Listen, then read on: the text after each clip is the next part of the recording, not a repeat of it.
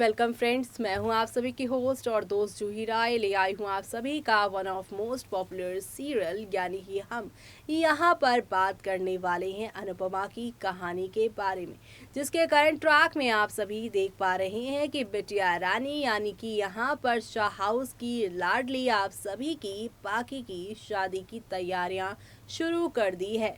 और कहा जाता है ना कि जब बेटी की शादी होती है तो कुछ रिश्तेदार नहीं भी बुलाओ तो भी आते हैं, क्योंकि कहते हैं कि बेटियों की शादी करने का एक अलग ही यहाँ पर पुण्य मिलता है। ऐसे में अभी तक आपने देखा कि इस शो के दो बड़े यहाँ पर किरदार गायब थे, लेकिन यहाँ पर पाखी ने जब भाग के शादी की तो उसका भाई लौट कर वापस आया। यानी हम बात करें पारितोष शाह की। जी हाँ, आशीष मेहरोत्र इस शो को कुछ समय के लिए अलविदा कहकर गए थे, लेकिन अब उनकी घर वापसी हो चुकी है।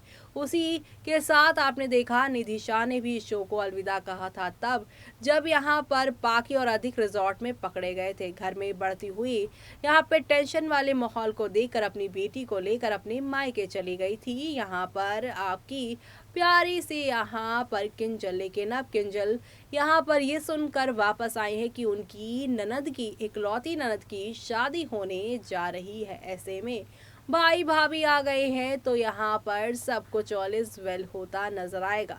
मेहंदी लगेगी और डोली भी सजेगी और साथ ही हल्दी भी लगेगी। सारे फंक्शन नाच गाना सब होने वाला है, भले ही ग्रैंड तरीके से नहीं, लेकिन यहाँ पर घर के सभी लोगों का आशीर्वाद लेकर लाडो रानी की विदाई होने वाली है। लेकिन पाकी को ये सारी चीजें बर्दाश्त नहीं हो रही हैं, क्योंकि पाकी को तो यहाँ पे अधिक की बहन के दिए हुए उस गहने को पहनना है और ग्रैंड वेन्यू पे शादी करनी है। और इसी वजह से यहाँ पर काफ़ी सारा ड्रामा और एंटरटेनमेंट होता नजर आएगा।